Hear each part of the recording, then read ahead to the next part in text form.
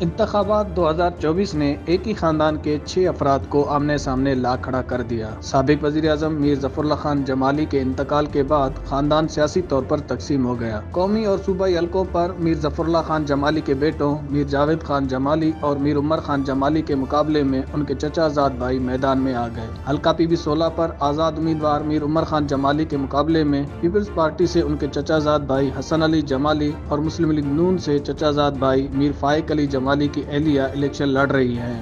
اس علاقے میں چاہے بولان شاخ ہے، محبت شاخ ہے، باری شاخ ہے، کھیتر کے جو ہمارے جتنے بھی معزز گاؤں ہیں، یہاں پہ کوئی ایسی ہمارے پاس صحت کی سہولت نہیں تھی جو یکساں سب کے لیے کام کرے۔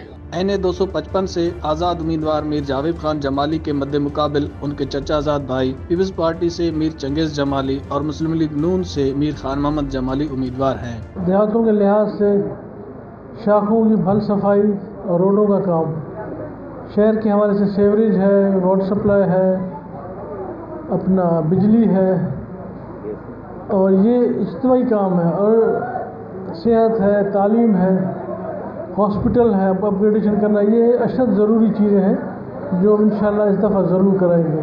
قومی اور صوبائی حلقوں پر ایک ہی خاندان کے 6 امیدوار مد مقابل ہونے سے صورتحال دلچسپ ہو گئی ہے۔ نظام جتوئی، ڈان نیوز، جعفر آباد۔